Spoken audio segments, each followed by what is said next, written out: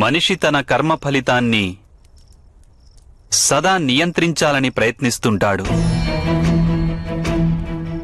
తన కర్మల ఫలితాన్ని తన ఇష్టానుసారమే పొందాలని ప్రయత్నిస్తాడు. కాని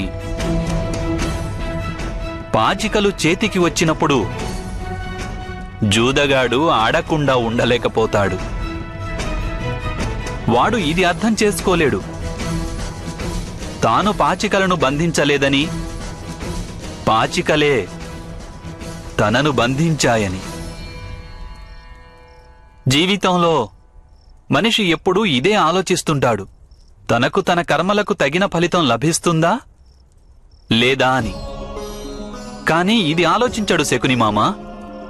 కర్మను చేసేందుకు ఇది ఉచిత సమయమా కాదా అనేది.